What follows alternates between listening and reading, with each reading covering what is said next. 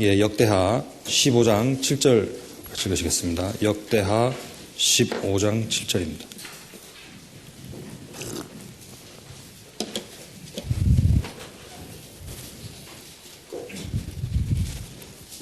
구약성경 674페이지 찾으셨으면 한 목소리로 같이 읽으시겠습니다.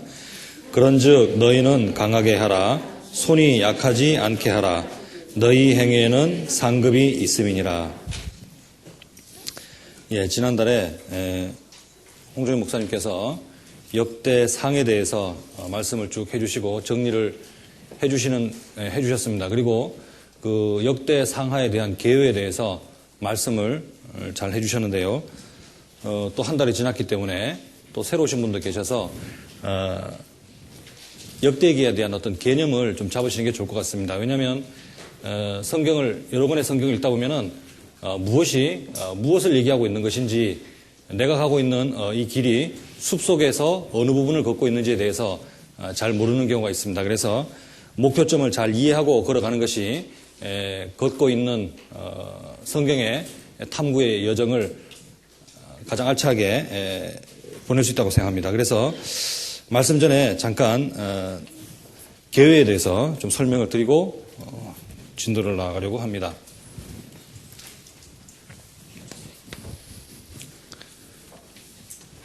태초에 하나님이 천지를 창조하신 이후에 이제 우리 인류 역사가 시작되었죠. 자료 보지 마시고요. 저를 잠깐 보시면 이해하시는데 아주 도움이 되실 겁니다. 에덴 동산이 창설된 이후에 그동안 우리 전도 집회 때 많이 들었던 이야기들입니다. 그리고 아담과 하와가 에덴 동산에 살았고 세상의 죄악의 간영함으로 말미암아 세상 물심판이 있었고 창세기 11장에 온 땅에 구음이 하나요 언어가 하나였더라. 바벨탑 사건이 창세기 11장에 나오고, 그런데 하나님이 사람들을 흩어놓았건만 노아의 홍수 사건도 사람들이 경험을 하고, 또 바벨탑 사건으로 인해서 언어가 같은 사람들끼리 다 세상에 흩어졌지만 하나님의 뜻을 이해하고 하나님을 찾는 자가 한 사람도 없었다 그랬죠. 그래서 하나님이 한 민족을 시작하시는데 그것이 바로 아브라함입니다. BC 2000년경에 하나님께서 아브라함을 불러내시죠. 아브라함을 불러내신 이유는 작은 민족의 역사를 시작함으로 말미암아 이 민족을 통해서 이 민족에게 하나님의 뜻을 증거하고 또 이 민족과 대칭되는 모든 다른 사람들, 이방인들에게 하나님이 계심을 증거하기 위해서 한 민족의 역사를 시작을 하시게 되었던 겁니다. 그리고 하나님 말씀을 받아서 기록하게 하고 보존하기 위해서 이 민족을 시작했죠. 아브라함 민족을 통해서 또 메시아를 보내줄 한 민족을 예비하시기도 했습니다. 그래서 아브라함이 피택된 이후에 약 430년간 이스라엘 사람들이 에집트로 내려가서 기근을 피해 있었고, 그 앞에는 물론 아브라함이 이삭을 낳고 이삭이 야곱을 낳고 12지파를 통해서 요셉이 나왔는데 그런 여정들이 있고, BC 1500년경에 모세를 통해서 출애굽을 하게 됩니다. 모세를 통해서 하나님이 이스라엘 사람들을 출애굽을 시키고 이스라엘 사람들을 불러내게 되는데, 출애굽하는 이후에 40년간 광야 생활을 하게 되고, 이제 스토리를 쭉 이해하셔야 돼요. 40년간 광야 생활을 하게 되고, 그리고 모세가 느보산에서 죽은 이후에 여호수아가 지도권을 위임받은 이후에 6년 동안 가나안 땅에서 정복 전쟁을 하게 됩니다. 그리고 가나안을 정복한 이후에 약 25년 동안 여호수아가 이스라엘을 통솔하면서 가나안을 통치하게 되죠. 그리고 약 1400년경에 BC 1400년경에 이제 사사시대가 시작이 됩니다. 사사시대는 약 1050년까지 1050년까지 350년 동안 사사를 통해서 하나님이 이스라엘 민족을 통솔하셨죠. 1050년 이후에 맨 마지막 사사가 엘리 후에 사무엘이었습니다. 1050년 통일왕국이 시작되면서 930년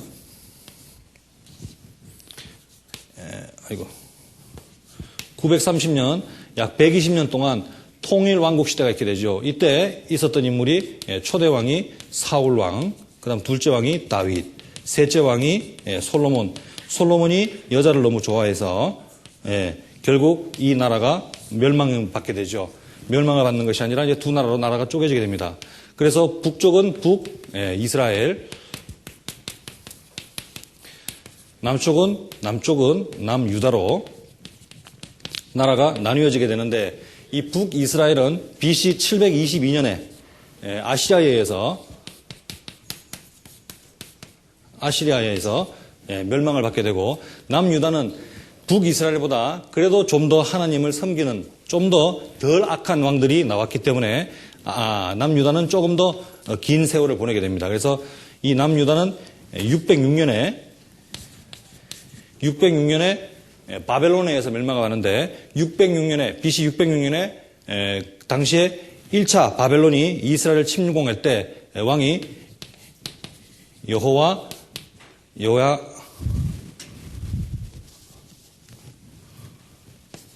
여호야김이었고 그 다음에 597년에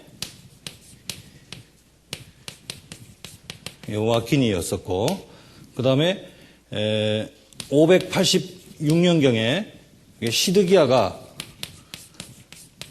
마지막 왕이었습니다.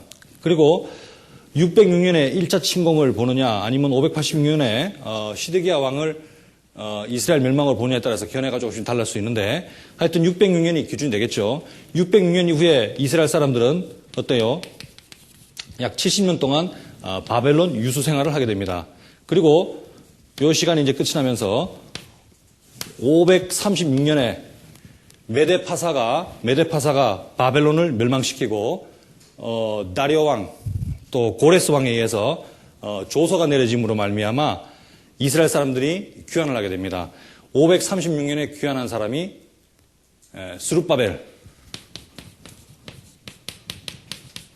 스룹바벨이라는 사람을 통해서 하나님이 성전을 중수를 시작하시게 되죠. 그래서 516년에 예루살렘에 솔로몬 왕이 건설했던 그런 훌륭한 성전은 아니었지만 그래서 스룹바벨에 의해서 성전이 완공이 됩니다. 성전이 완공된 이후에 그리고 이제 2차로 458년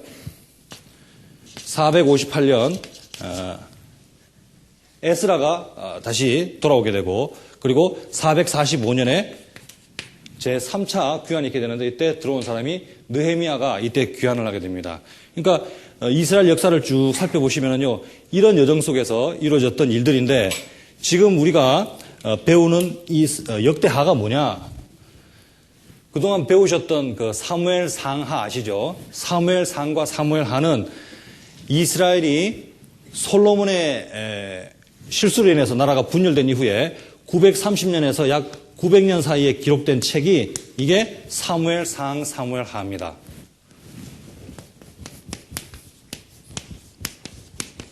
사무엘 상과 사무엘 하가 기록된 것이 930년대 또 900년 사이에 사무엘 상과 사무엘 하가 기록되었고 그 다음 배웠던 열왕기 상과 열왕기 하는 561년 1년부터 536년 이전까지 그러니까 537년까지 요 시간에 기록된 성경이 요게 바로 열왕기 상하입니다.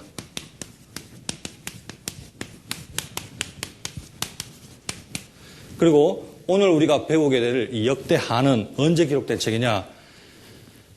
성전이 완공되었는데 458년에 에스라가 귀환을 2차로 했는데도 성전이 완공되었는데도 이스라엘 사람들이 마음이 모이지 못하고 선민으로서의 자긍과 긍지심이 소멸되어 있는 상태였습니다. 그래서 이 450년경쯤에 이때 역대기가 기록이 됩니다. 역대기가 기록된 목적에 대해서는 쭉 설명이 나오는데 그거는 좀 이따 자료를 보시면 되고요. 그래서 이런 내용들로 성경이 구성이 되어 있습니다.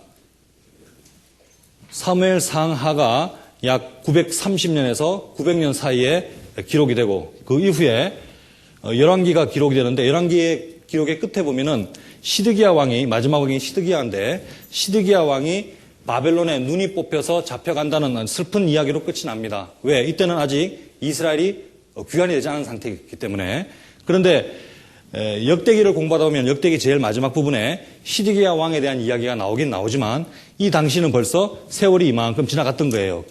그 이후에 기록된 이 역대기에서는 시드기야 왕이 잡혀가긴 잡혀갔지만은 고레스 왕이 조서를 내려서 이스라엘 사람들이 돌아오도록 한 희망적인 이 스룹바벨의 1차 귀환에 대한 내용까지 언급이 되고 있습니다. 그래서 열왕기 상하는 선지자적인 관점에서, 왕의 관점에서 기록된 성경이 열왕기 상하이고, 또 역대기는 성전을 중심으로 제사장의 관점에서 이스라엘 역사를 기록한 것이 이 역대기예요. 그럼 차이가 뭐냐? 열왕기 상하와 역대기의 상하의 차이가 뭐냐? 성전으로 중심을 한 이 역대기가 왜 중복적으로 열왕들에 대한 역사가 치적이 중복되게 기록이 되어 있느냐? 왜 이 성경이 지루하게 이렇게 중복이 되고 반복이 되게 기록이 되어 있느냐? 그 이유는 성전 때문에 그래요. 이 성전이 갖고 있는 의미가 상당히 중요한 의미를 가지고 있습니다. 이스라엘 사람들에게 이 성전은 하나님이 백성들과 함께 하신다는, 임재하신다는 그런 상징적인 의미가 있고, 성전을 중심으로 이스라엘 백성들이 함께 국가를 형성하고 어떤 지침을 가지고 나라를 운영할 수 있는 근간이 되기 때문에 이 성전이 굉장히 중요한 의미를 갖고 있었던 거예요. 그래서 열왕기 상하에서 기록된 내용들은 이스라엘이 회복되기 전에 자기들의 우상 숭배나 여호와를 떠났던 일들에 대해서 아주 신랄하게 비판적으로 기록이 되었지만, 이 역대기는 내용을 읽어보면은 그래도 좀 더 부드러운 표현으로 희망적인 내용을 담고 있다는 것이 좀 차이가 있습니다. 왜 그럼 중복적인 내용들을 기록했을까? 그 이유에 대해서는 오늘 그 뒷부분에서 설명을 좀 드리려고 합니다. 자, 이런 내용들이 제일 첫 장에 보시면은 쭉 설명이 되어 있습니다. 1페이지를 보시죠. 이런 내용을 좀 이해하시고 보시면은 조금 이해가 빠르시라고 생각합니다. 자, 유대전승에 의하면 본서의 저자는 에스라이며 포로귀환이라는 시대적 상황 하에서 율법 및 성전 예배 회복을 통하여 이스라엘의 부흥을 목적으로 기록했다. 그리고 역대하 36장 22절을 찾으시겠습니다. 역대하 36장 22절. 프린트에는 22절까지 나와 있는데 한번 찾아봅시다. 22절, 23절을 같이 읽어보시겠습니다.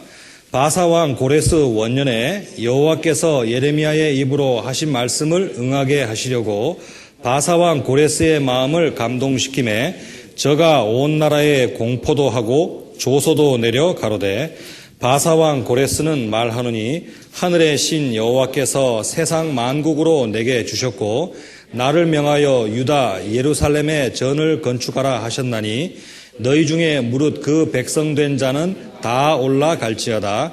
너희 하나님 여호와께서 함께 하시기를 원하노라 하였더라. 자, 요 내용이 역대하 36장 22절 23절 내용인데 프린트를 보시면요, 에스라서 1장 1절로 3절까지 내용이 아주 흡사합니다. 거의 똑같죠. 제가 에스라서 1장 1절로 3절 읽어볼게요. 바사왕 고레스 원년에 여호와께서 에레미야 입으로 하신 말씀을 응하게 하시려고 바사왕 고레스의 마음을 감동시키심에 저가 온 나라에 공포도 하고 조소도 내려 가로되 바사왕 고레스는 말하노니 하늘의 신 여호와께서 세상 만국으로 내게 주셨고 나를 명하사 유다 예루살렘에 전을 건축하라 하셨나니 이스라엘의 하나님은 참 신이시라. 너희 중에 무릇 그 백성된 자는 다 유다 예루살렘으로 올라가서 거기에 있는 여호와의 전을 건축하라. 너희 하나님이 함께 하시기를 원하노라. 자, 이런 문체와 내용으로 보아서 이 역대하를 기록한 사람이 바로 에스라라고 사람들은 추정을 하고 있습니다. 그리고 그 불순종했던 그 시간들을 회고하고 또 성전 예배 회복을 주장하는 내용이 에스라서와 역대하에 중복적으로 나오는 것으로 보아서 이 저자가, 이 기자가 에스라인 것을 우리는 알 수 있겠죠. 그리고 기록 연대도 BC 약 450년경으로 추정됩니다. 그 내용은 이 도표를 좀 보시면 아시겠고요. 이 도표 내용이 좀 이해하기 어려워서 제가 칠판에다가 풀어서 좀 설명을 해두었습니다. 다음 쪽으로 가겠습니다. 2페이지입니다. 자, 본서의 주제와 특징입니다. 이 본서의 주제는 약 두 가지로 요약이 될 수가 있는데, 첫째는 하나님의 주권과 은혜에 대해서, 두 번째는 하나님이 함께 하실 성전을 중건해서 하나님께 순종하는 이스라엘을 준비시키기 위한 것이 이 본서의 기록 목적이라고 말씀을 드릴 수 있습니다. 하나님이 이스라엘을 일방적인 은혜로 성민으로 택해 주셨고, 또 하나님께서는 변치 않는 언약을 위해서 범죄한 이스라엘을 여전히 보호해 주시고, 또 약속의 땅으로 다시 인도하시고 회복시키고, 이스라엘로 하여금 소망과 자긍심을 갖게 하기 위해서 이 본서를 기록하게 되었죠. 신명기 14장 2절은 잘 아시는 내용입니다. 너는 너의 하나님 여호와의 성민이라. 여호와께서 지상 만민 중에서 너희를 택하여 자기의 기업의 백성을 삼으셨느니라. 이후도 이 신명기가 기록된 이후에도, 그리고 앞으로도 계속 성민의 지위를 유지하는 것이 하나님의 뜻이죠. 왜? 하나님의 이름을 위해서, 이방인들에게 하나님의 계심을 증거하기 위해서, 그들이 나를 여호와인 줄 알지라. 이런 표현들이 성경 곳곳에 있는 이유는 하나님을 증거하기 위해서 이 민족을 택한 겁니다. 이사야서 43장 10절에도 너희는 나의 증인, 나의 종으로 택함을 입었나니. 누가? 이스라엘이 하나님의 증인, 하나님의 종으로 택함을 입었기 때문에 하나님의 주권과 은혜로 이스라엘을 보호하는 것이 당연하겠죠. 자, 역대하 6장 25절 주는 하늘에서 들으시고 주의 백성 이스라엘 죄를 사하시고 그와 그 열조에게 주신 땅으로 돌아오게 하옵소서. 역대하 15장 7절은 우리가 첫 본문으로 읽었던 말씀입니다. 아마 이 내용 때문에 이 성경에 기록된 것이 아닌가 생각이 됩니다. 그런즉 너희는 강하게 하라. 손이 약하지 않게 하라. 너희 행위에는 상급이 있음이니라. 이스라엘의 부흥을 종용하고 있는 그런 말씀이라고 생각합니다.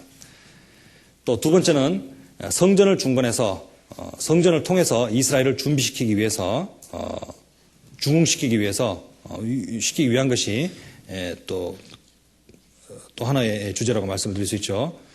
과거의 불순종의 역사를 잘 살피게 하여 회개하고 또 하나님의 순종함에 따라 흥망성쇠가 결정된다는 것을 강조하고 있습니다. 사람의 생각, 인생의 생각이 중요한 것이 아니라 하나님의 역사가 영원하고 하나님의 뜻대로 세상이 이루어지는 것을 인생들로 열강으로 알게 하기 위해서 이 역대하가 기록된 겁니다.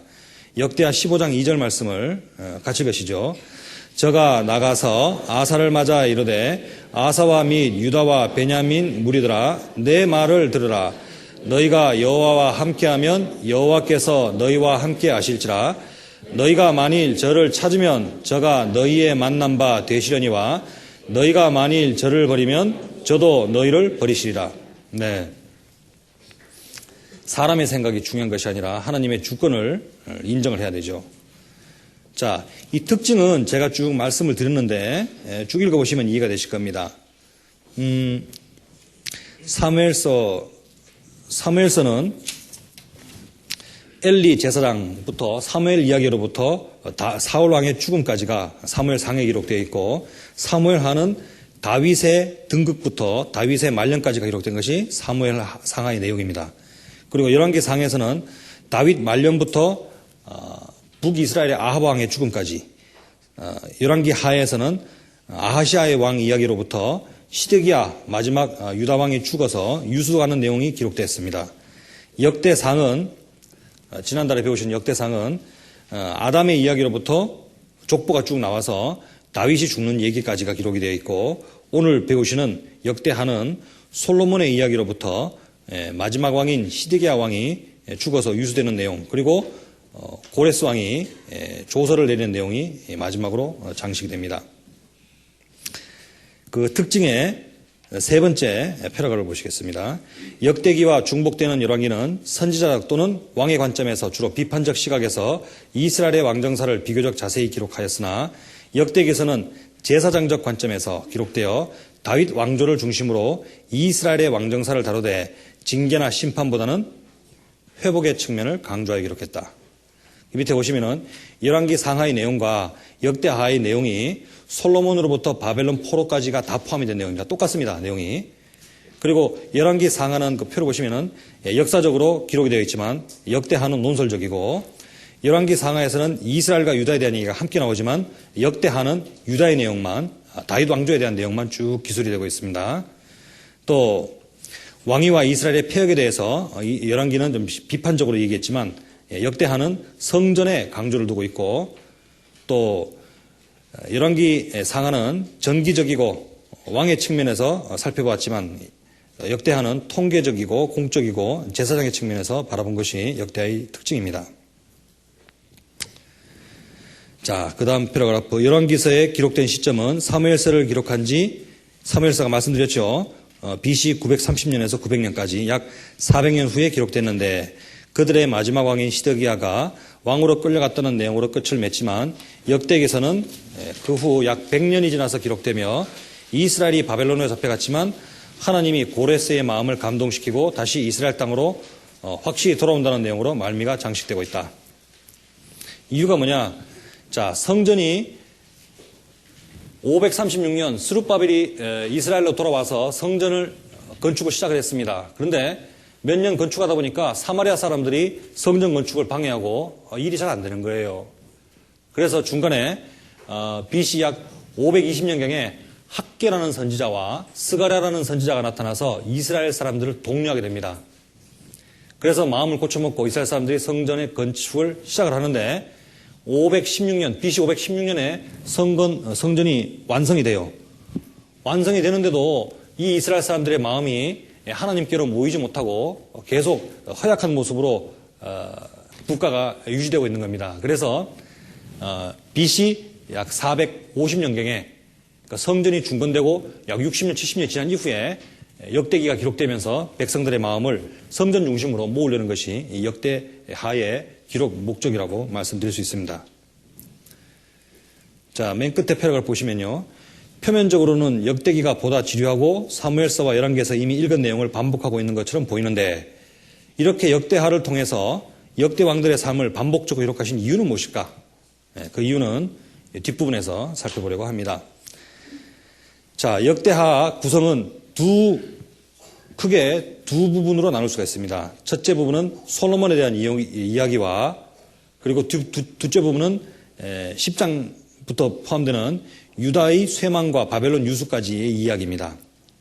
그래서 제1부에 보면은 솔로몬이 이제 등극을 하게 되고 솔로몬이 지혜를 구하는 겸비에 대해서 하나님이 축복을 하시죠. 솔로몬에게 하나님이 무엇을 줄 거라고 물어볼 때 솔로몬이 부와 재물을 구한 것도 아니고 또 어떤 존영을 구한 것도 아니고 또 자기의 목숨, 수를 구한 것도 아닌데 백성을 하나님이 주신 그 백성을 잘 치리하기 위해서 지혜를 달라고 구한 그 솔로몬의 겸비에 대해서 하나님이 축복을 하셔서 솔로몬이 부귀를 누리게 되고 또 선왕인 다윗 왕이 건축지 못한 그 성전을 건축을 시작을 합니다. 엄청난 역군들이 동원되고 두로로부터 건축 자재가 준비가 되죠. 그리고 5장부터 7장까지는 성전 봉헌이 기록이 되면서 솔로몬이 신앙 고백을 하게 됩니다.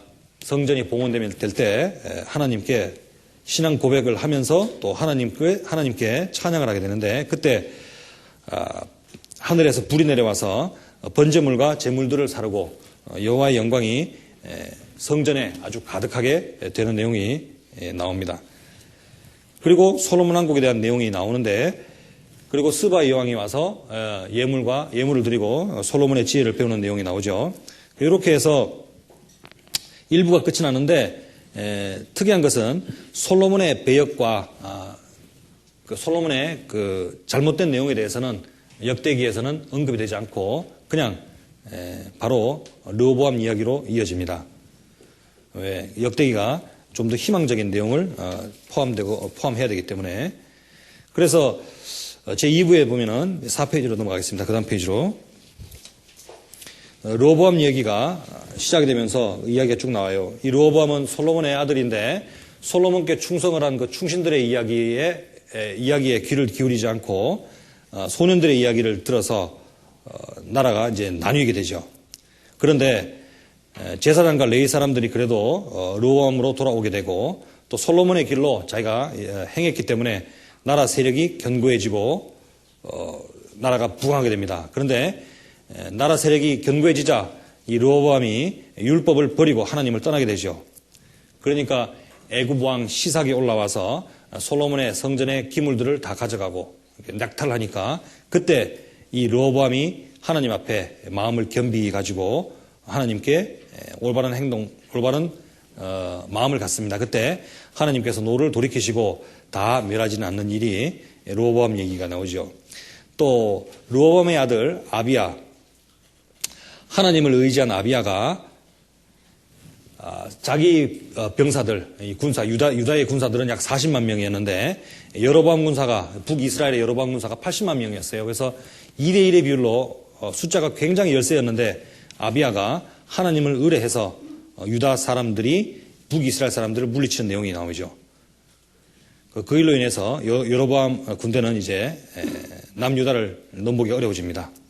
그 다음 그 아들인 아사, 초기에 개혁을 했고 에디오피아와 전쟁을 할 때 아사가 선한 왕이었기 때문에 하나님께서 에디오피아의 전쟁에서도 이기게 하시죠. 에디오피아 군사의 범위가 얼마냐? 군사가 약 100만 명이었고 병거가 300승이었습니다. 에디오피아를 무찌르도록 하나님께 간구하고 하나님을 의뢰했기 때문에 아사를 통해서 하나님이 큰 역사를 이루시죠. 에디오피아 군사가 이제 다 패전을 하게 되고, 그리고 아까 우리가 읽었던 너희는 손을 강하게 하라, 약하지 않게 하라, 그런 말씀이 이제 아사라라는 선지자의 예언을 통해서 성경에 기록되게 됩니다. 그 아들이었던 여호사밧도 선한 왕이었죠. 여호와께서 유다 사면 열국에 두려움을 주시고 여호사밧과 싸워서 이기지 못하도록 다른 사람들에게 두려운 마음을 주는 아주 선한 왕이었습니다.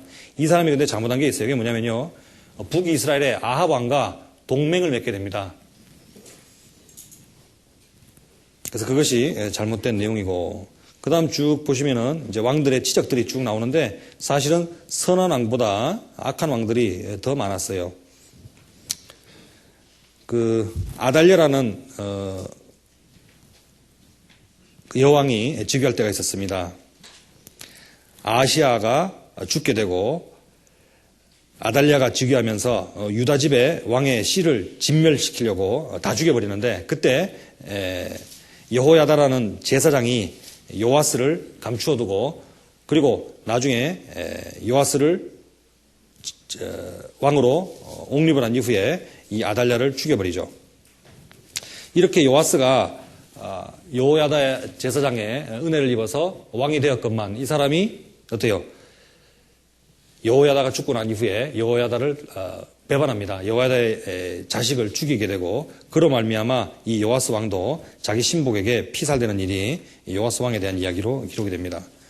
그 다음에 쭉 보시면은 우시아 왕은 특이한 것이 나라가 강성해질 때 교만해져서 스스로 성전에서 하나님께 분향을 하게 되죠. 그러니까 하나님이 노하셔서 이 우시아 왕이 문둥이가 되는 사건이 기록되어 있습니다. 그 다음 좀 특이한 왕이 히스기야 왕이죠.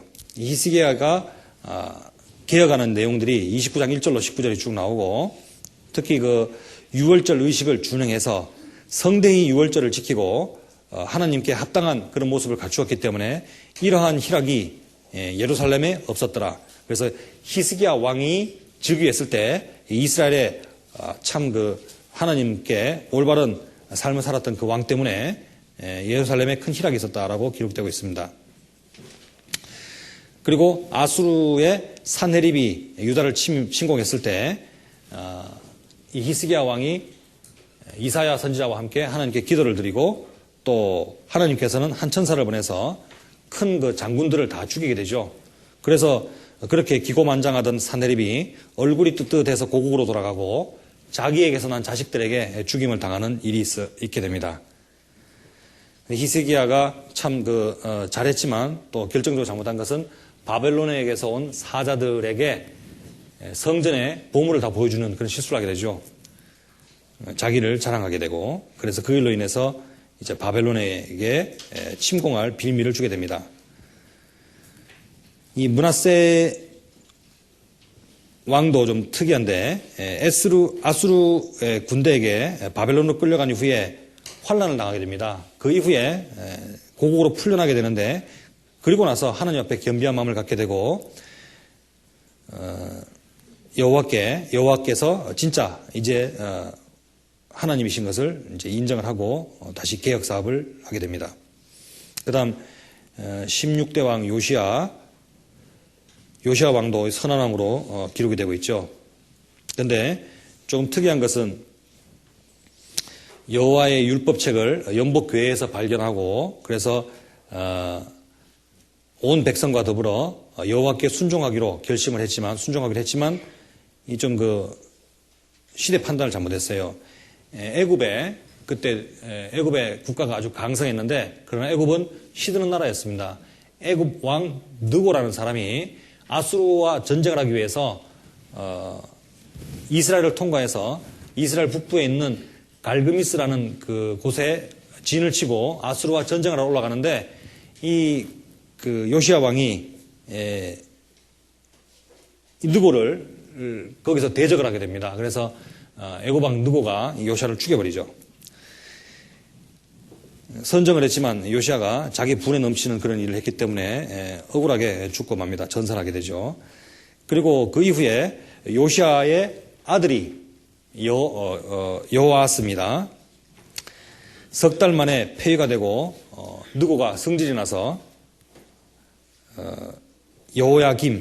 엘리야김이라는 여호아스의 아들 여호야김을 왕으로 만들게 되죠. 그 다음에 여호와긴, 시드기야 이런 순서로 왕들의 치적이 기록이 됩니다. 자, 이 왕들의 내용을 쭉 바라보면서 좀 지루하게 느껴지긴 하지만 사실은 이거 열왕기 상하에서 이 왕들에 대한 이야기는 우리가 배운 적이 있기 때문에 제가 쭉 이렇게 내용을 대충 이렇게 살펴보면서 넘어갔습니다. 그 다음 장입니다. 근데 이제 역대하를 바라보면서 우리 공부를 하면서 꼭 좀 교훈을 받아야 될 내용들이 있다고 생각해서 몇 가지 정리를 해봤습니다. 첫째는 성전과 임마누엘이라는 내용으로 좀 교훈을 받아야 되겠다고 생각했습니다. 스룹바벨 성전이 이스라엘에게 중요한 이유가 성전을 통해서 주님과 선민과 함께 임재하시고 성전은 국가 통일의 존속의 상징이기도 했고 국민 생활에 있어서 그 중심이 되기 때문에 이 성전이 아주 중요한 의미를 갖고 있다고 말씀을 드렸죠. 하나님은 그러나 아담이 범죄한 이후에도 항상 하나님은 사람들과 살기를 원했습니다. 이 성전이 중요한데 성전의 유래에 대해서 제가 좀 정리를 해봤습니다. 제일 처음 무성전 시대, 성전이 없던 시대가 있었죠. 아담의 범죄로 인해서 하나님이 에덴 동산에서 아담과 함께 동행을 해왔지만 이제 아담이 범죄로 말미암아 쫓겨나게 됩니다. 그리고 돌제단 시대가 있는데 노아 홍수 이후에 노아가 제단을 쌓은 이후에 번제를 드렸다는 기록이 남아 있습니다. 그리고 아브라함이 이삭을 드리려고 쌓았던 제단도 있고 야곱이 베델에서 쌓았던 단도 있고 성막이 세워지기 전에 쌓았던 단들의 이야기가 창세기에 쭉 기록이 됩니다. 출애굽기 20장 24절로 25절 같이 읽어보시겠습니다. 내게 토단을 쌓고 그 위에 너의 양과 소로 너의 번제와 헌목제를 드리라. 내가 무릇 내 이름을 기념하게 하는 곳에서 내게 강림하여 복을 주리라. 내가 내게 돌로 단을 쌓거든 다듬은 돌로 쌓지 말라. 내가 정으로 그것을 쪼면 부정하게 함이라. 예, 이 말씀도 우리가 많이 상고했던 말씀입니다. 단을 쌓을 때 돌로 쌓지 말고 정으로 그것을 쪼지 마라. 규격화시키지 말라는 뜻이죠. 하나님은 우리 각자를 부르실 때 있는 모습 그대로 부르시고 각자의 달란트대로 하나님의 영광을 위해서 쓰고 계신다는 것을 예표하고 있습니다. 그 다음 출애굽기 20장에 보면은 하나님이 모세를 통해서 신의 광야에서 모세에게 성막을 짓도록 시장을 가르쳐 주시죠. 죄와 허물로 죽은 인생들에게 성막의 제사를 통해서 인생들이 하나님께 나오는 길을 열어주신 겁니다. 그리고 성막을 통해서 모세를 통하여 하나님이 인생들에게 하나님의 율례를, 하나님의 법을 가르쳐주는 통로 역할을 하기 위해서 이 성막을 짓도록 모세를 통해서 시간을 가르쳐 주십니다. 그리고 성막이 완성되었을 때 우리가 아까 읽었지만 성전이 완성될 때와 같이 여호와의 영광이 성막에 충만하였다 그러죠. 자, 여기서 조금 교훈을 또 받을 내용이 있습니다. 전에 한번 제가 말씀드린 것 같은데 굉장히 중요한 내용이라서 좀 짚고 넘어가겠습니다. 이 성막을 구성하는 여러 가지 기물들이 있었는데, 예를 든다면은 성소를 만드는 이 널반, 그리고 성소 안에 들어가 있는 법궤, 그리고 떡상, 그리고 향단, 앞에 나오면은 번제단, 이런 그 기물들이 사실은 전부 시띠나무로 만들어집니다. 시띠나무는 아카시아 나무인데 우리말로는 이게 성경에는 조각목으로 번역이 되어 있어요. 이 시띠나무는 광야에서 그냥 홀로 살아가는 아주 쓸모없는 나무입니다. 이스라엘 광야의 모습은 굉장히 덥죠. 40도씨 정도의 아주 장렬하는 태양을 받으면서 일교차가 아주 심한데 그 일교차를 이겨내면서 살아가는 그 시띠나무, 이 시띠나무의 모습은 사람의 모습을 상징하고 있습니다. 1년에 20mm 비가 오는데 20mm 비가 올 때 물을 흡수해서 또 1년을 기다리는 거예요. 장렬한 태양을 받으면서 그 고통치면서 20mm의 비를 기다리는 그 삶들, 이것이 조그마한 낙을 위해서 살아가는 인생의 모습을 설명하고 있습니다. 인생의 연수가 70여 강건한 80이라도 그 연수의 자랑은 수고와 슬픔뿐이요 우리가 신속기간이 날아간다고 했는데 7, 80년 살아가는 인생도 수고와 슬픔뿐인 인생이에요. 시띠나무를 제가 작년에 성지 순례를 가서 사진을 찍어 오기도 하고 아주 여러 가지로 관찰을 좀 했습니다. 바라보면요, 나무가 결대로 쭉쭉 뻗지 않고 이게 비틀어져 있어요. 왜? 너무 덥기 때문에, 또 밤이 되면 너무나 춥기 때문에 추위에 시달리고 더위에 찌들어가지고 살아남기 위해서 별짓을 다 한 거예요. 그리고 어떤 건 이렇게 휘어 있습니다. 멀리서 바라보면은 이게 아주 그 전지 작업이 잘 된 아주 그 자연목처럼 멋있게 보이는데 가까이 가서 이렇게 들여다보면요, 나무 결이 휘어져 있어요. 그리고 중간중간 가시나무가 나와서 참 볼품없는 모습을 갖고 있습니다. 어떤 나무는 보면은 이 결이 틀어져 가지고 수액이 터져 나오는데 물이 줄줄 흐르는데 바라보면은 인생이 고난을 이기지 못해 흐르는 눈물을 연상하게 합니다. 이 시띠나무를 켜서 이 널반이나 성막을 만드는 모든 가구들을 만들어 버리신 거예요. 이 나무의 특징은요, 가구를 만들기 위해서 이렇게 켜두면은, 이렇게 판판하게 켜두면은 나무가 똑바로 서 있지 못하고 이게 휘어집니다. 판판한 대리석에 무거운 돌을 같이 얹어서 판편하게 유지를 하더라도 시간이 좀 지나서 다시 세워두면요, 이게 다시 처음에는 가만히 있다가 또 휘어져 버리는 거예요. 왜? 결 자체가 휘어 있기 때문에 아무리 놔둬도 자꾸 휘어지는 거예요. 방법이 뭐냐? 하나님께서 출애굽기 20장 보면 그런 시각이 나옵니다. 조각목으로 만들 때 정금으로 싸서 모든 성막의 기구들은 다 정금을 입혀놓은 거예요. 정금이 뭐냐? 왕권을 의미하죠. 예수님께서 탄생하셨을 때도 황금과 유향과 몰약을 예수님께 드렸습니다. 예물로. 그 황금이 의미하는 것은 왕권을 의미해요. 왕권이 미치는 범위를 황금으로 설명할 수 있습니다. 시띠나무는 우리 각자의 개인이고, 정금은 하나님의 능력에 미치는 능력에 미치는 그 범위.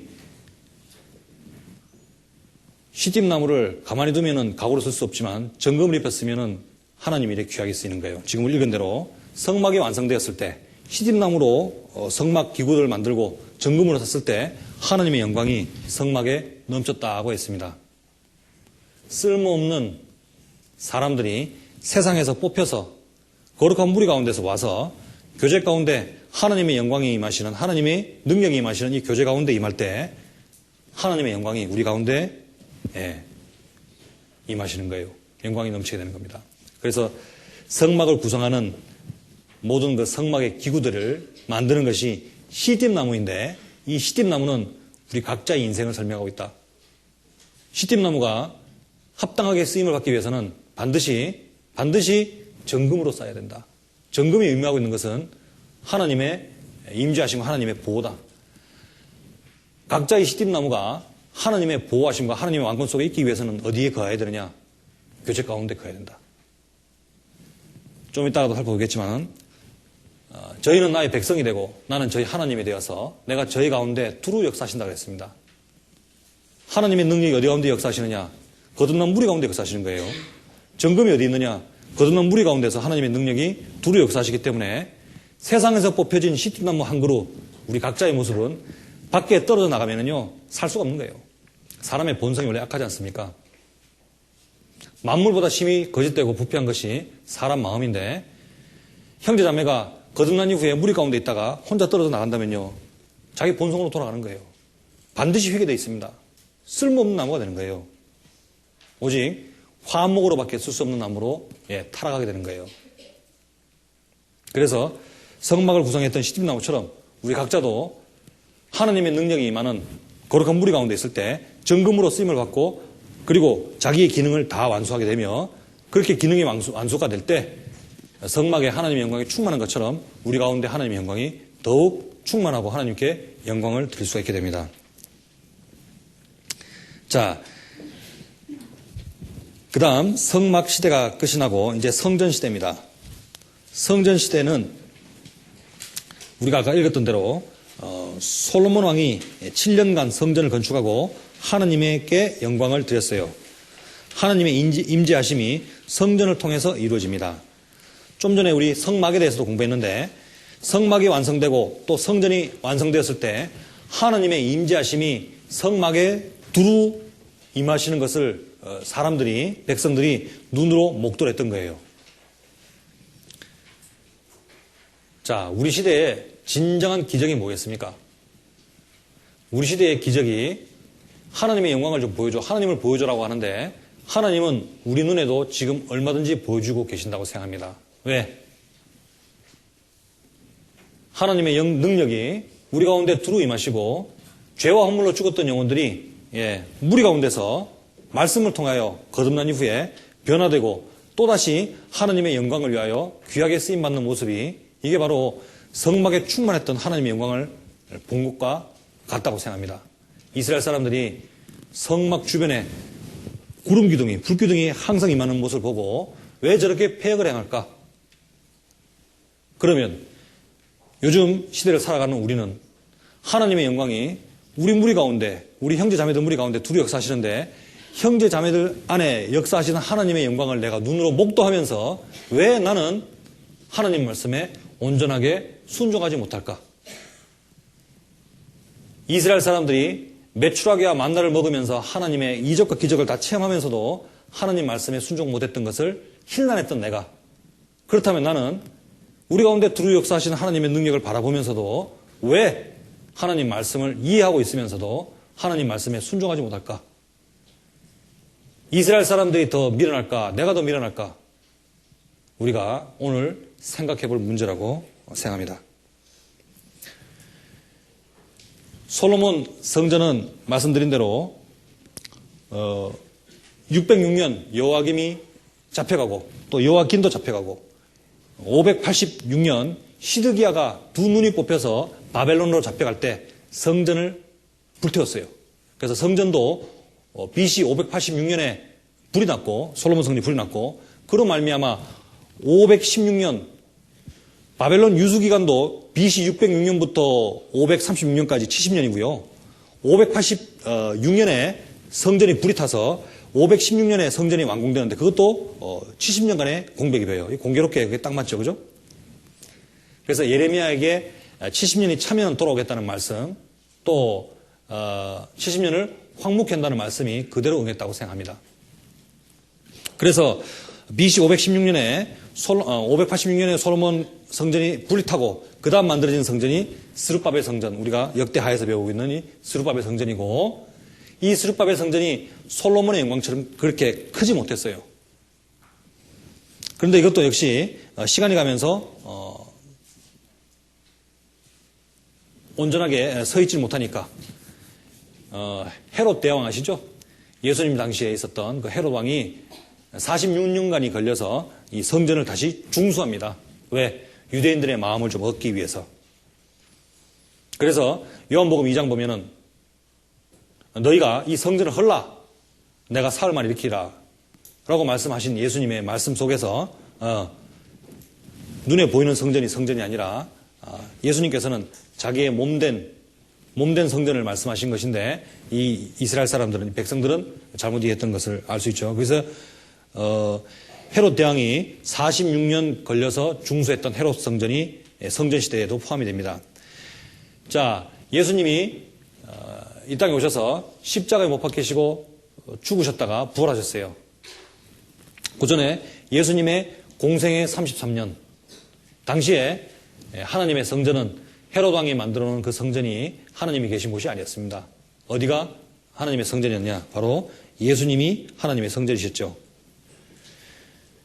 성전이라는 말 뜻은 아까도 말씀드린 대로 하나님이 인생들과 함께 임재하시는 곳을 성전이라고 말씀드릴 수 있어요. 태초에 말씀이 계시니라. 이 말씀이 하나님과 함께 계셨으니 이 말씀은 곧 하나님이시라. 말씀이 육신이 되 우리 가운데 가심에 우리가 그 영광을 보니 은혜와 진리가 충만하더라. 말씀이 육신이 되어서 우리 가운데 오신 분이 바로 예수 그리스도이십니다. 보라, 처녀가 잉태하여 아들을 낳을 것이요 그 이름을 임마누엘 하리라. 하나님이 우리와 함께 계시다는 뜻이죠. 자, 요한복음 2장 19절 21절도 제가 아까 말씀드렸는데 같이 한번 읽어보겠습니다. 예수께서 대답하여 가라사대 너희가 이 성전을 헐라 내가 사흘 동안에 일으키리라. 유대인들이 가로되 이 성전은 46년 동안에 지었거늘 내가 3일 동안에 일으키겠느냐 하더라. 그러나 예수는 성전된 자기 육체를 가리켜 말씀하신 것이라. 예. 예수님 시대에는 예수님 자신이 하나님의 성전이셨습니다. 자, 예수님께서 이제 십자가에 못 박히시고 부활하시고 승천하셨어요. 예수님은 이 땅에 안 남아 계시죠. 그런데 부활하실 때, 승천하실 때 제자들에게 해주신 말씀이 있습니다. 뭐라고? 내가 보혜사를 보내주겠다. 그리고 내가 세상 끝날까지 너희와 함께 있겠다고 약속해 주셨어요. 요한복음 14장 16절도 같이 한번 읽어보시겠습니다. 내가 아버지께 구하겠으니 그가 또 다른 보혜사를 너희에게 주사 영원토록 너희와 함께 있게 하시리니. 그랬죠. 이 보혜사가 하나님에 대해서 또 성경에 대해서 예수님에 대해서 우리들에게 증거하고 계십니다. 예수님이 승천하신 이후에 이 세상에는 성령님께서 우리 가운데 두루 역사하시는 거예요. 사람 속에 있는 사람의 속사정을 사람의 영 외에는 누가 알리요? 마찬가지로 하나님의 속마음도 하나님의 영 외에는 아무도 알 수 없다 그랬습니다. 맞죠? 개미에게 저의 일생을 설명을 잘해준다고 생각해 보겠습니다. 가정을 하더라도 제가 개미에게 제 일생을 아무리 설명하더라도 개미는 저의 마음을 몰라요. 인생이 무엇인지, 화장실이 어디 있는지, 강대상이 뭔지 이해를 못합니다. 제가 이해를 시키기 위해서 개미처럼 변화되는 능력이 있어서 개미와 같이 변화되어서 개미에게 더듬이로 또 침으로 꼬리에서 물을 이렇게 쭉쭉 뽑아서 자기 나름대로 이렇게 설명을 해요. 개미가 제 얘기를 다 듣고 있지만 개미가 저의 일생을 이해할 수 있겠습니까? 그래도 못하는 거예요. 사람 속에 있는 사람 속마음을 사람의 영 외에 누가 알리요? 마찬가지로 하나님의 속사정도 하나님의 영 외에는 알 수가 없는 거예요. 성경을 통해서 우리가 하나님을 배우고 하나님의 사역에 대해서 쭉 배우고 있습니다. 근데 이게 믿어지십니까? 6일 동안 천지가 창조되고 7일째 안식하셨던 사실. 그리고 하나님이 물로 세상을 심판했던 사실. 에덴 동산에 있었던 사실. 홍해가 갈라졌다고 하는데 어떻게 홍해가 갈라질 수 있을까? 사람의 이성적인 생각이나 사람의 판단력을 가지고는 도저히 이해할 수 없는 거예요. 그런데 성경을 통해서 죄와 허물로 죽었던 영혼들이 이 하나님의 말씀을 들으면서 살아납니다. 왜 살아나느냐? 하나님의 능력이 우리한테 임하시고 성령님이 하나님의 속마음을 우리로 하여금 깨닫게 하시는 거예요. 에베소서 1장에 있는 말씀처럼 성령이 인으로 우리 각자의 마음에 심령에다가 인을 치시고 그리고 하나님의 속마음을 우리로 하여금 깨닫게 도와주시는 겁니다. 거듭났다, 구원을 받았다는 말은 무슨 뜻이냐? 사람이 똑똑해서 구원을 받는 게 아니에요. 자기 능력이 뛰어나다고 성경 말씀을 다 깨달을 수 있는 것은 아닙니다. 왜? 하나님이 도와주시지 않으면 절대 못 깨닫는 게 성경입니다. 그래서 거듭났다, 구원을 받았다는 말은 하나님이 나를 도와주시고 나로 하여금 하나님의 속마음을 깨닫도록 도와주셨다는 뜻이에요. 거듭났다는 말은 그 이후에 하나님의 성령이 내 안에 와 계신다는 뜻인데 너희가 하나님의 성전인 것과 하나님의 성령이 너희 안에 거하시는 것을 알지 못하느냐라고 했는데 내가 구원을 받았다는 말은 하나님이 나를 도와주시고 하나님이 나와 함께 계시다는 증거입니다. 교회 시대는 이 교회가 하나님의 성전인 거예요. 생각해 보십시오. 천지와 우주 만물을 창조하신 하나님, 저 높은 곳에서 이 세상의 모든 것을 다 보시고 계신 하나님, 그분이 나와 함께 동행하시고 내 안에 들어와 계신다는 것을 생각한다면 성전된 그 하나님의 나의 모습을 생각한다면, 교회를 생각한다면 어때요? 머리가 쭈뼛쭈뼛 서지 않습니까? 믿음은 바라는 것들의 실상이요 보지 못하는 것들의 증거라고 했습니다. 우리가 그런 믿음을 가졌다는 말은 믿음을 주신 분도 하나님이신데 그 믿음을 가졌다는 말은 성령님이 우리들에게 하나님의 속마음을 깨닫게 도와주셨다는 뜻이에요. 그래서 거듭난 자들, 구원받은 자들은 하나님이 영이 함께 하시는 것입니다. 천지 창조의 목적이 무엇입니까? 태초에 하나님이 천지를 창조하시니라. 요한계시록 19장 7절에 어린 양의 혼인계약이 이르렀고 그 아내가 입이 되었으니, 그리고 20장에 또 20장에 천년왕국에 대한 이야기가 나오고 또 21장, 22장에 천국에 대한 이야기가 나오고 성경은 끝이 납니다. 성경을 통해서 하나님이 이 땅에서 이루시는 일이 무엇일까? 바로 하나님의 사랑의 짝, 그 결과가 교회입니다. 교회. 이 교회는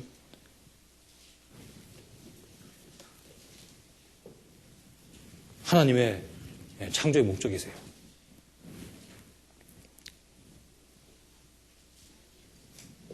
이 교회 가운데 내가 포함이 되어 있고 이 거룩한 물에 들어와 있다는 말은 하나님이 저 하늘의 별들을 그리고 바다의 수많은 그 모래들을 모든 몇백만 종의 동물과 식물들을 다 만드신 창조의 목적을 내가 달성했다는 뜻이에요. 내가 그 안에 들어와 있다는 뜻입니다.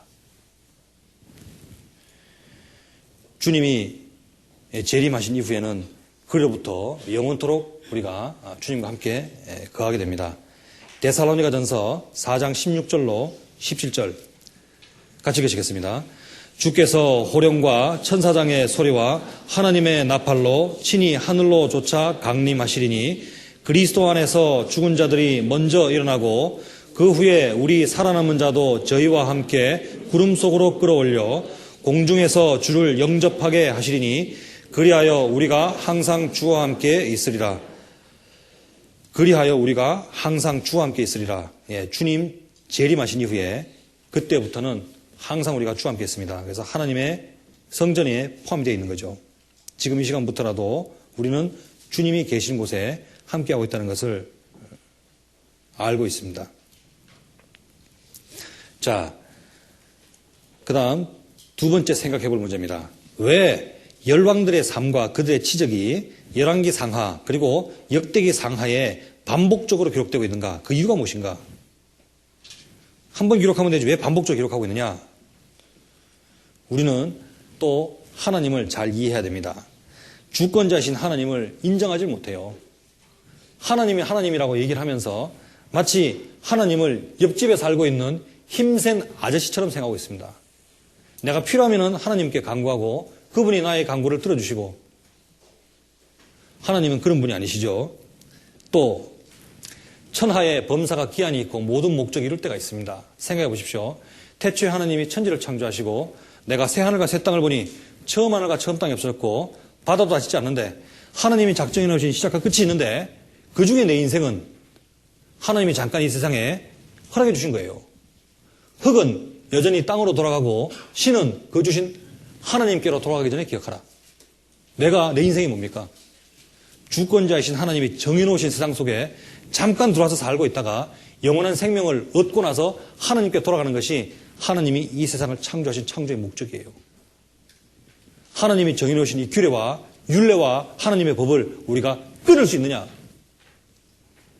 우주에 가서 살 수 있습니까? 우주에 가서 살더라도 그 우주는 누가 만드신 건데? 벗어날 수가 없는 거예요. 시편 2편 3절 4절 같이 읽으시겠습니다. 우리가 그 맨 것을 끊고 그 결박을 벗어버리자 하도다. 하늘에 계신 자가 웃으시며 주께서 저희를 비웃으시리로다. 하나님이 웃으시고 우리를 비웃는다고 하십니다. 하나님을 잊어버린 너희여 이제 이를 생각하라. 그렇지 않으면 내가 너희를 찢으리니 건질 자 없으리라. 만물이 그에게 창조되되 하늘과 땅에서 보이는 것들과 보이지 않는 것들과 혹은 보좌들이나 주관들이나 정사들이나 권세들이나 같이 읽으시겠습니다. 만물이 다 그로 말미암고 그를 위하여 창조되었고, 만물이 그로 말미암아 창조되고 누구를 위해서 존재하고 있느냐? 하나님을 위해서 존재하고 있는 거예요. 내가 어느 집에 전세를 들어가 살고 있는데 내가 세입자이면서 그 집을 좌지우지할 수 있느냐? 그럴 수 없는 거예요. 정해진 기간, 계약 기간 2년이 지나면은 나가라 그러면 나가야 되는 겁니다. 닭장집에 닭을 튀겨서 팔기 위해서 닭을 갖다 놨더니 이 닭이 자기 나름대로 머리를 써서 오래 살고 싶어 합니다. 살 수 있습니까? 주인 손에 달리는 거예요. 자기의 존귀한 신분을 깨닫지 못하고 착륙을에 뒹굴고 있는 그런 못된 회장님의 아들을 생각해 보십시오. 시편 49편 20절 말씀처럼 존귀의 척 하나 깨닫지 못하는 자는 멸망하는 짐승과 같다고 했는데 하나님이 정해놓으신 규례를 우리가 벗어날 수가 없는 거예요. 자, 역대하 24장 24절 같이 읽으시겠습니다. 아람 군대가 적은 무리로 왔으나 여호와께서 심히 큰 군대를 그 손에 붙이셨으니 이는 유다 사람이 그 열조의 하나님 여호와를 버렸음이라. 이와 같이 아람 사람이 요아스를 징벌하였더라. 하나님이 정해놓으신 규례, 그 법칙을 벗어날 수가 없습니다. 그리고 청년의 때 마음대로 살아라고 권해보지만 그러나 마지막 때 너의 창조자를 기억하라고 성경은 경고하고 있습니다. 하나님의 뜻보다 자기의 뜻을, 자기의 생각을 우선하는 것은 교만이에요. 역대하에 기록된 내용들 보면은 나라가 부강할 때 자기의 생각이 올라와서 하나님을 떠난 사람들이 많습니다. 16절도 같이 읽어보겠습니다. 저가 강성하여 짐에 그 마음이 교만하여 악을 행하여 그 하나님 여호와께 범죄하되 곧 여호와의 전에 들어가서 향단에 분향하려 한지라. 우시아 이야기죠. 예, 그래서 문둥이가 됐습니다. 인생이 무엇이며 왜 살아야 하는가에 대한 답을 찾아야 됩니다. 아까 우리가 그 시띠나무에 대해서 잠깐 말씀드렸지만은 나의 때가 얼마나 단촉한지 알아야 되는 거예요. 나의 종말과 연한의 어떠함을 알게 하고 또 나의 인생이 주의 앞에는 없는 것 같음을 우리는 깨달아야 됩니다. 살아온 삶에 대해서 한번 돌이켜 보십시오. 여기 20대, 30대, 40대 골고루 다 계십니다. 그동안 왜 살아왔는지, 그리고 남겨진 내 삶은 왜 살아야 하는지 양심의 답을 구해봐야 되겠습니다. 왜? 역대하에 왜 또 11개 나왔던 얘기가 또 나오느냐? 인생들을 다시 보라고. 인생의 삶이 무엇인가 보라고.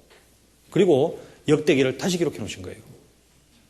내 인생이 무엇인지 우리는 돌아볼 수 있는 눈이 있어야 됩니다.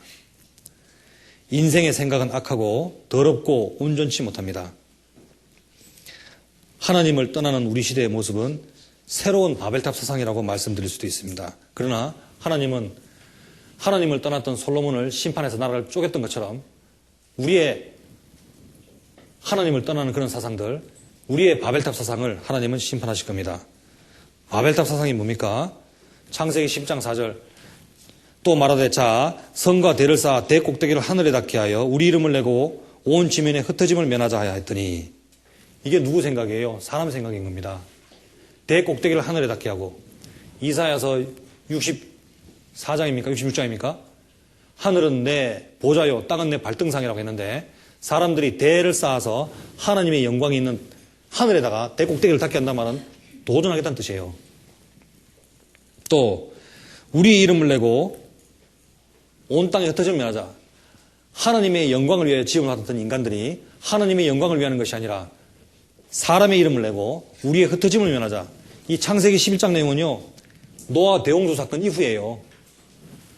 노아 홍수 사건 이후에 창세기 9장 1절 보면은 하나님이 노아와 그 아들들에게 복을 주시며 그들에게 이르시되 생육하고 번성하여 땅에 충만하라.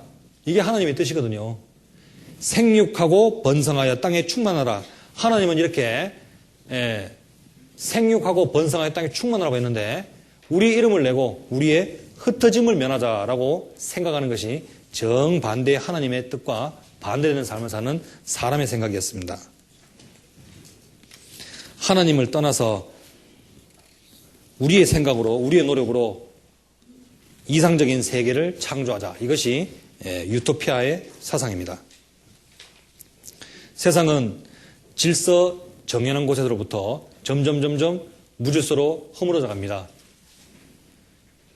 밝은 곳에서 점점 어두운 곳으로 변화되고 있습니다. 하나님 중심에서 점점 사람 중심으로 생각이 바뀌어지고 있습니다. 절대주의적인 관점에서 상대주의적인 관점으로 생각이 바뀌어지고 있습니다. 남이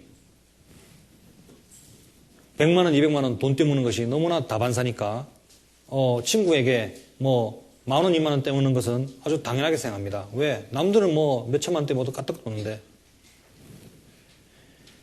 우리의 가치관의 판단이 세상을 자꾸 기준 삼는 거예요. 우리의 가치 판단은 오직 성경이 우리의 선악의 판단의 기준이 되어야 됩니다. 성경에서 그러면 그런 것이고 아니면 아닌 거예요. 하나님 말씀이 선악의 기준이 되어야 됩니다. 하나님의 법 말고 새로운 질서를 창조하자. 하나님의 정의로서 이런 거 말고 새로운 질서를 만들자. 이게 뭡니까? 뉴 에이지 운동이죠. 그리고 또 내 종교 네 종교 말고 우리가 서로 힘을 합쳐서 공존 공영하자. 이게 뭡니까? 종교 통합, 에큐메니칼 운동이죠. 자유주의 신학도 마찬가지예요. 예수 그리스도로 말미암아 구원 얻는 것이 아니라 우리가 사회 정의에도 실현하고 우리가 선을 좀 행하면서 하나님 나라에 가까이 갈 수 있다. 이렇게 주장하는 것이 자유주의 신학의 골조입니다. 포스트 모더니즘으로 대표되는 것이 상대주의적 가치관이죠. 자, 우리라는 공동체적인 생각에서 개인주의적으로 생각이 바뀌고 있습니다. 내면적으로 아름다운 것보다 외면적으로 화려한 것을 더 좋아합니다. 절제보다는 쾌락으로. 하나님은 가난한 자가 복이 있다고 했는데 세상은 부를 더 미덕으로 생각하고 살고 있습니다. 마귀는 좋은 것을 주는 것 같지만 결국 나중은 어둠이고 멸망으로 끝이 나는 거예요. 이 세상은 이제 낮이 끝나가고 밤이 옵니다. 이런 역사를 역대하의 열왕들의 삶을 보면서 우리는 확인할 수가 있는 거예요. 스바냐 1장 2절로 3절 같이 읽으시겠습니다. 여호와께서 가라사대 내가 지면에서 모든 것을 진멸하리라. 내가 사람과 짐승을 진멸하고 공중의 새와 바다의 고기와 거치게 하는 것과 악인들을 아울러 진멸할 것이라. 내가 사람을 지면에서 멸절하리라. 나 여호와의 말이니라. 노아 홍수 때 얼마나 많은 사람들이 죽었습니까? 하나님이 이제 세상을 진멸한다고 약속해 놓으셨는데 얼마나 많은 사람들이 죽어가겠습니까? 인생은 연습이었고 한 번밖에 없는 기회인 것을 우리는 알아야 됩니다. 열왕들의 삶이 자기가 잘못 살았다고 다시 태어나서 자기의 잘못한 삶을 다시 살아간 사람은 아무도 없습니다. 역대기는 한 번뿐인 인생을 어떻게 살아야 하는지 잘 설명해 주고 있다고 생각합니다.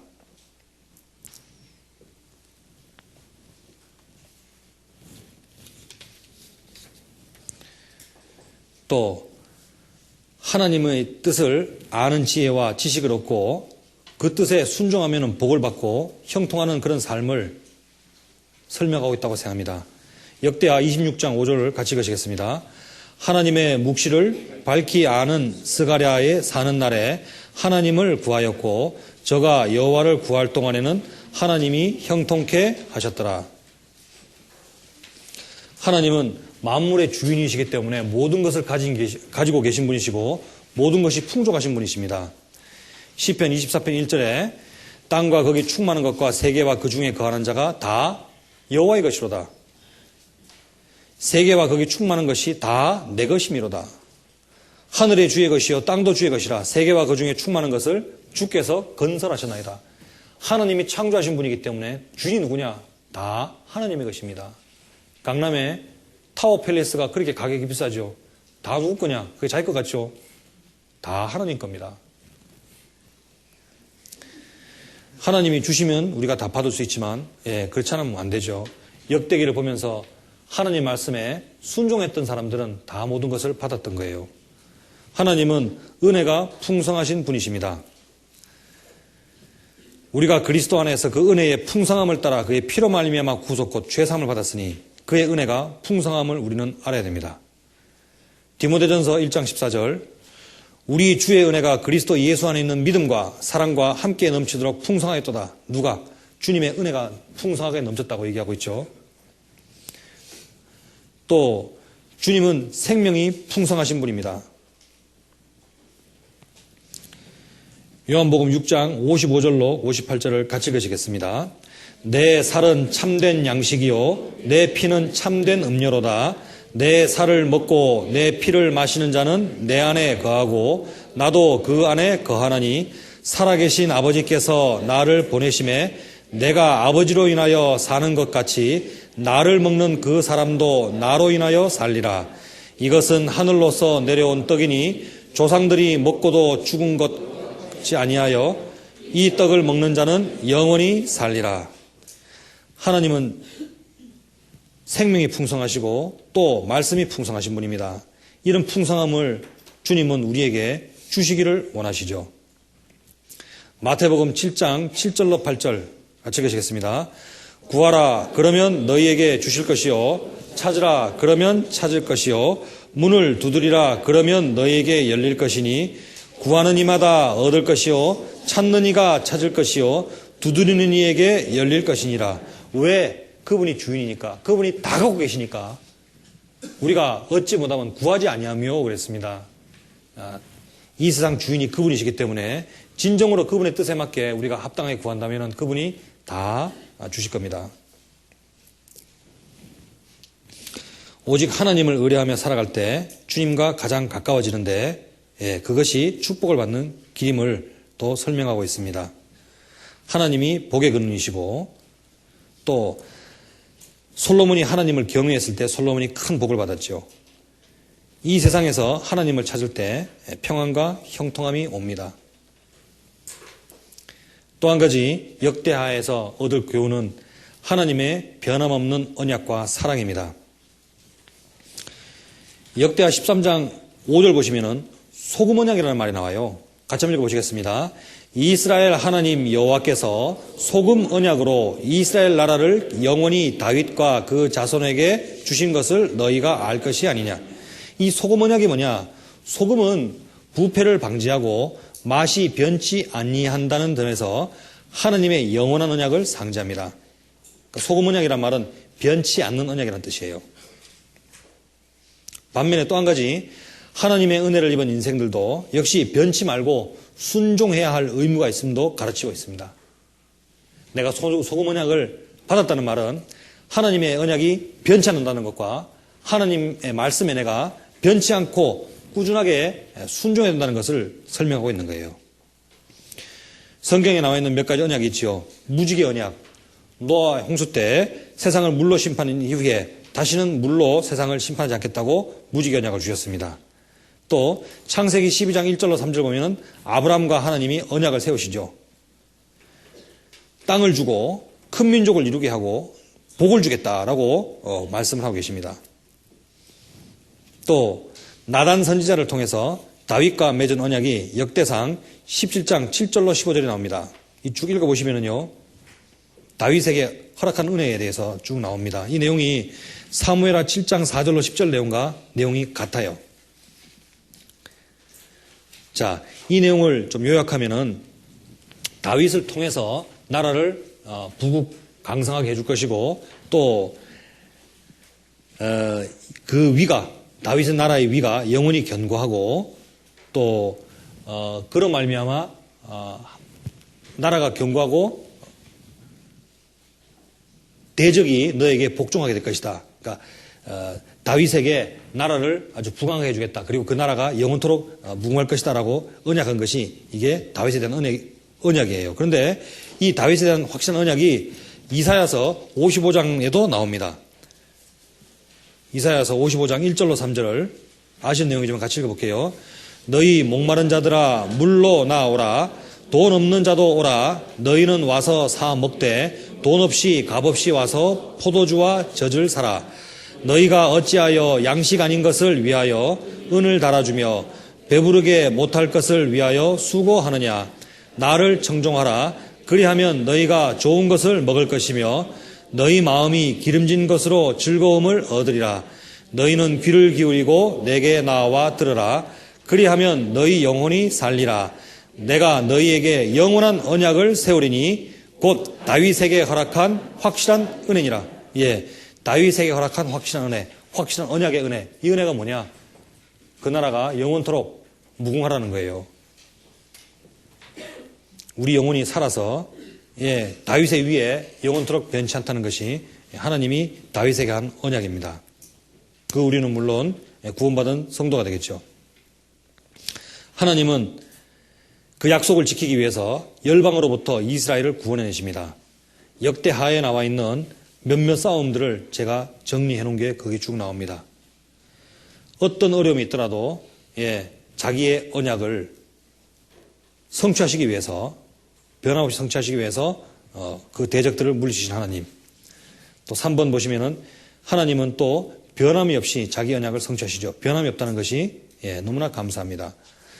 하나님은 인생이 아니시니 시건치 아니시고 인자가 아니시니 후회가 없으시도다. 어찌 그 말씀하신 말을 행치 않으시며 하신 말씀을 실행치 않으시랴.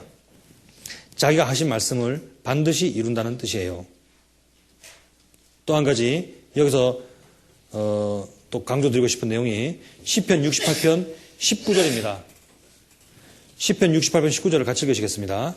날마다 우리 짐을 지시는 주 곧 우리의 구원이신 하나님을 찬송할지로다. 날마다 우리 짐을 지시는 주. 2000년 전 골고다에서 십자가에서 우리 죄를 대신 그 예수님은 오늘도 우리의 짐을 지고 계신다는 것을 잊지 말아야 되겠습니다.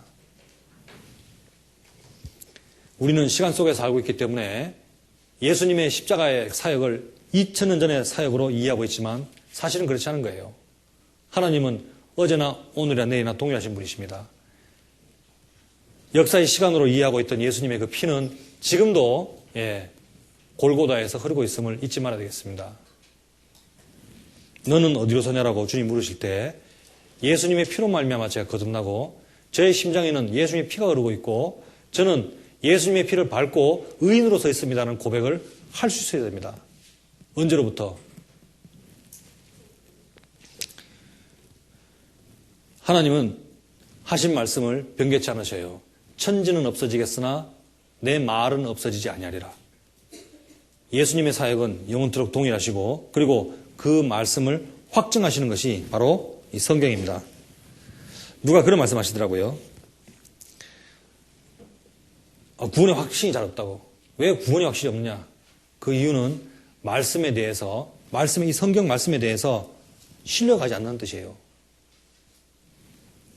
돈을 갚아놓고 영수증을 바라보면서 이 영수증이 무슨 용도로 사용되고 얼마만큼 권위가 있고 얼마만큼 법적 권리가 있는지 능력이 있는지 모르면서 영수증을 바라보니까 종이 쪽지에 글씨 몇 자 써는 것밖에 안 보이는 거예요. 왜 구원의 확신이 없느냐? 구원의 확신은 변함없는 하나님의 말씀이 근거가 됩니다.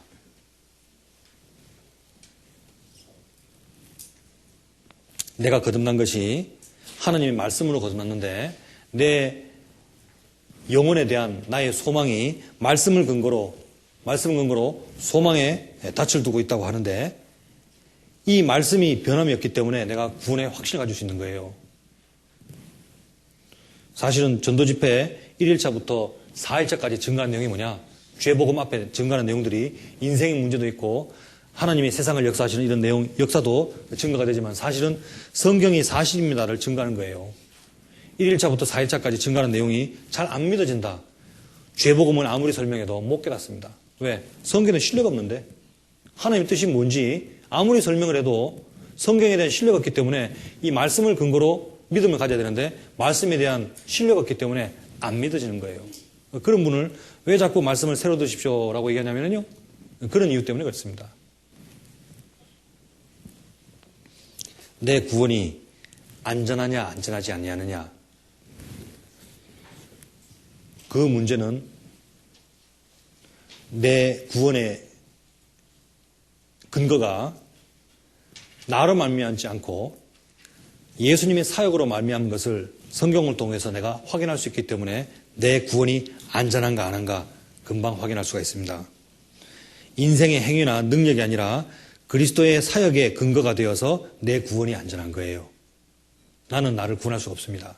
나를 구원하신 분이 내가 아니기 때문에 나를 구원해 주신 분이 예수님이시기 때문에 내 구원이 안전한 것을 확인할 수가 있는 겁니다. 구원받은 이후에 어떻게 보면 구원받은 것 같기도 하고 어떻게 보면 구원 안 받은 것 같기도 하고 어쩔 줄 몰라요. 구원에 확신이 없어요 라고 말하시는 분들이 간혹 있습니다. 이유가 뭐냐? 자기를 쳐다보니까 문제가 심각해지는 거예요. 내 구원의 근거는 내가 아니라 예수 그리스도 자신이십니다. 염소와 송아지 피로 아니하고 오직 자기 피로 영원한 속죄를 이루사. 내 피가 아니잖아요. 예수님 피로 이루신 겁니다. 너희가 그 은혜를 인하여 믿음으로 말미암아 구원을 얻었나니 이것이 너희에게서 난 것이 아니요 하나님의 선물이라. 행위에서 난 것이 아니니 사람이 무엇을 해서 자기를 구원하는 것이 아니기 때문에 내 구원이 안전한 거예요. 또 하나님은 우리의 구원에 대해서 안전을 보장하십니다. 요한복음 10장 28절 29절 요한복음 10장 28절 29절 같이 보시죠. 내가 저희에게 영생을 주노니 영원히 멸망치 아니할 터이요 또 저희를 내 손에서 빼앗을 자가 없느니라. 저희를 주신 내 아버지는 만유보다 크심에 아무도 아버지 손에서 빼앗을 수 없느니라. 예. 그래서 내가 내 구원이 안전한가 안 한가? 구원의 근거가 뭐냐? 하나님이 근거가 되고 예수님이 근거가 되기 때문에 내 구원은 안전한 거예요.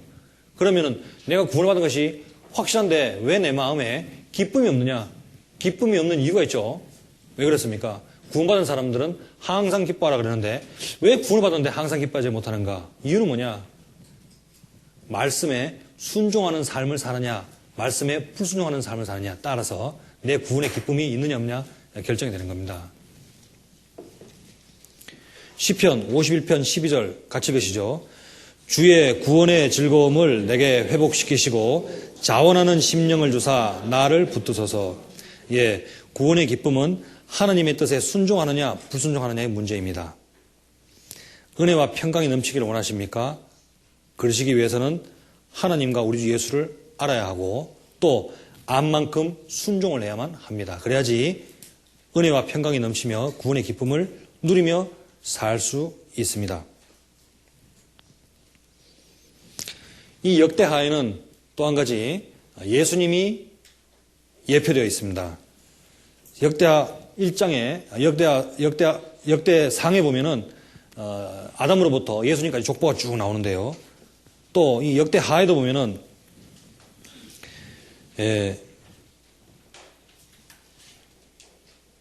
직접 예수 그리스도에 대한 이야기는 없지만 다윗 언약의 보존이 본서 전체에 거듭 강조되면서 메시아 예수가 도래할 것을 암시하고 있기 때문에 이 역대하 내용에 예수 그리스도가 은유되어 있다고 말씀을 드릴 수 있습니다. 아까 말씀드린 그 다윗 언약도 역시 그 위가 영원토록 서리라. 다윗은 죽었는데 어떻게 영원토록 서느냐? 예수님을 예표하고 있죠. 예수 그리스도가 구원자로서 세상의 죄와 저주를 해결하고 영원한 하나님의 사랑의 짝인 교회를 이루시고 만왕의 왕 만주의 주로서 영원한 왕이 되실 것을 다윗의 언약으로 표현해 놓은 것입니다. 또 한 가지 아까 말씀드린 대로 솔로몬의 성전에 대해서도 공부했지만 이 성전은 예수님의 모형이죠. 예수님이 우리와 함께 계시기 위해서 하나님 함께 계시기 위해서 성전을 만들도록 하셨고, 그리고 이제 예수님이 십자가 못 박혀 죽으시고 부활승천하심으로 말미암아 교회가 구성이 되고, 그로 말미암아 하나님이 성령님이 우리와 함께 거하고 계신 겁니다. 고린도전서 6장 19절로 20절. 고린도전서 6장 19절로 20절 같이 읽으시겠습니다. 너희 몸은 너희가 하나님께로부터 받은 바 너희 가운데 계신 성령의 전인 줄을 알지 못하느냐. 너희는 너희 것이 아니라 값으로 산 것이 되었으니 그런즉 너희 몸으로 하나님께 영광을 돌리라. 우리가 우리 것이 아니라 하나님의 것인 것을 알고 있습니다. 로마서 14장 7절 8절에도 우리가 살아도 주를 위하여 살고 죽어도 주를 위하여 죽나니 우리가 사나 죽으나 누구의 것이라? 주의 것이라 했습니다. 하나님이 자기 피로 사신 교회라고 했어요. 내 생명의 가치가 얼만큼이냐? 하나님의 피값만큼 내 생명의 가치가 큽니다.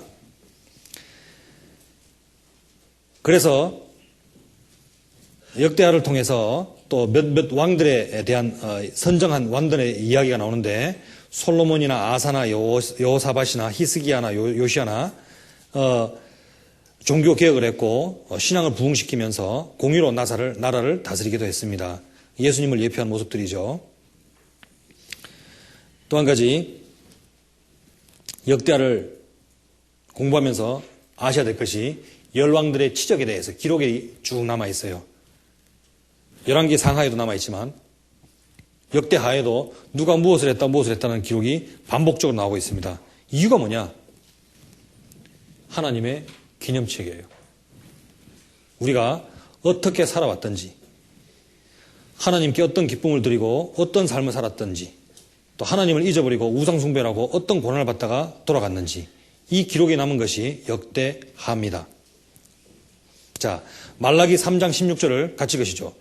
그때 여호와를 경외하는 자들이 피차에 말하매 여호와께서 그것을 분명히 들으시고 여호와를 경외하는 자와 그 이름을 존중히 생각하는 자를 위하여 여호와 앞에 있는 기념책에 기록하셨느니라. 하나님은 열왕들의 기록을 역대하에 기록하시면서 우리들에게 교훈을 주고 계십니다. 우리의 삶이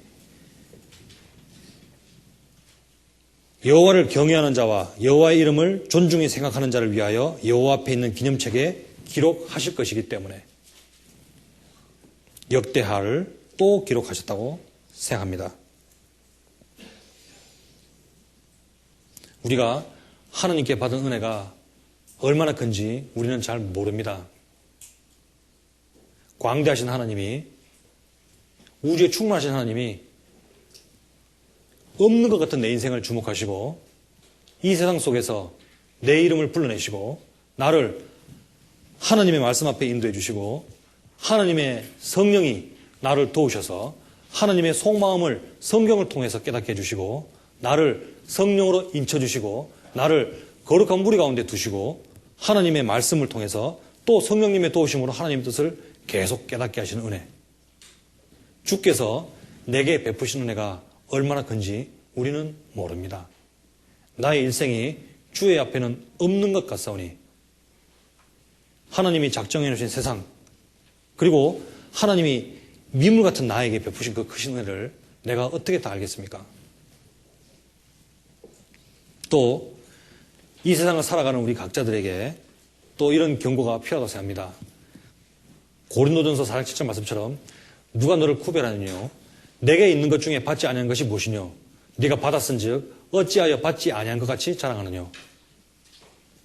세상을 살아가면서 여러 가지 고난을 받을 때 풀이 죽어서 낭망할 때도 많습니다. 내가 살아도 주를 위하여 살고 죽어도 주를 위하여 죽는데 모든 것이 다 주님께로부터 오는데 정말 내가 그런 믿음을 가진 자인데 내가 그렇게 낭망하며 무서워하며 어쩔 줄 몰라하며 당황해야 되겠는가? 내가 예수님의 후손, 여자의 후손이냐 뱀의 후손이냐, 내가 의인이냐 악인이냐, 내가 산 자냐 죽은 자냐, 성경을 통해서 내 자신을 바라봐야 됩니다. 왜? 나의 기록이 여호와의 기념책에 역대하처럼 기록될 수 있기 때문에 그렇습니다. 복음적인 삶과 복음을 전하는 삶과는 큰 차이가 있다고 생각합니다. 죄와 허물로 정말 죽어가는 영혼들을 바라보면서 내가 복음적인 삶을 살고 있는지 아니면 복음을 전하고 살고 있는지 자신을 바라봐야 되겠습니다. 복음적인 삶은요, 수동적인 의미를 가지고 있고 복음을 전하는 삶은 능동적인 의미가 있습니다. 아, 그 형제님 참 복음적이야. 저 말씀은 참 복음적이야. 복음적인 말씀과 복음을 전하는 말씀은 다른 거예요. 나는 복음적인 삶을 살고 있는 것인가 아니면 복음을 전하는 삶을 살고 있는 것인가 나를 살펴봐야 되겠습니다. 왜? 내 삶이 열왕들의 이야기가 역대하에 기록된 것처럼 내 인생도 하느님의 기념책에 기록될 것이기 때문에 그렇습니다.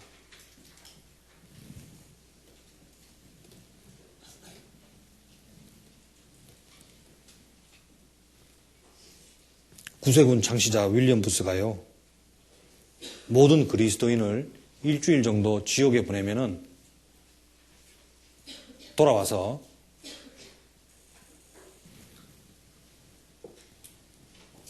영원한 저주를 받게 될 사람들을 구원하는 일에 보내게 될 것이라고 얘기했다고 합니다. 내 주변에 보이는 영혼들이 그냥 아무 상관없는 삶의 모습처럼 보이는지 아니면 정말 불 속에서 죽어가는 영혼의 모습처럼 보이는지 내 양심을 다시 소송시켜야 되겠습니다. 죽어가는 자들의 절규가 우리 귀에 들려야 한다고 생각합니다.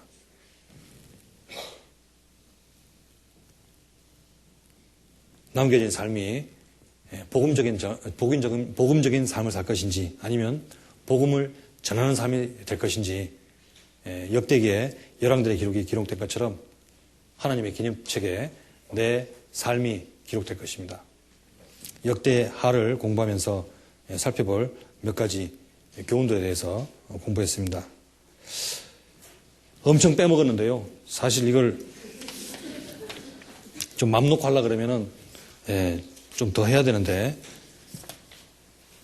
그렇게 빼먹고 하면서도 말이 굉장히 빨랐습니다. 너무 죄송하고요.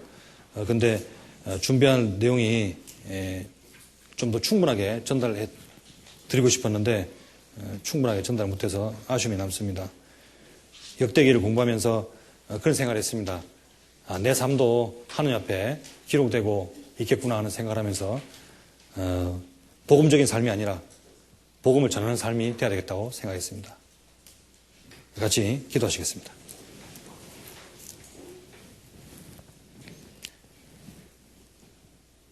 하나님 아버지, 저희를 구별해 주시고 말씀을 남겨놓으시고 말씀을 통하여 하나님의 뜻을 깨닫도록 인도해 주신 것을 감사합니다. 오늘 열왕들의 삶의 모습이 반복된 열왕기하를 공부하며 나의 일생도 주의 앞에 그렇게 기록될 것임을 배우겠습니다.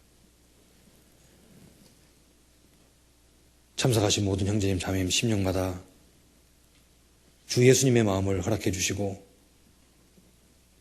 복음적인 삶뿐만 아니라 복음을 전하는 삶으로 변화시켜 주시고 가장 가치 있는 삶을 살 수 있도록 도와주시옵소서. 살아도 주를 위하여 살고 죽어도 주를 위하여 죽도록 저의 모든 것을 주님께서 주장하여 주시옵소서. 허약한 모습이 아니라 주의 용사로 강자의 삶을 살 수 있도록 언제나 승리하는 삶을 살 수 있도록 도와주시옵소서.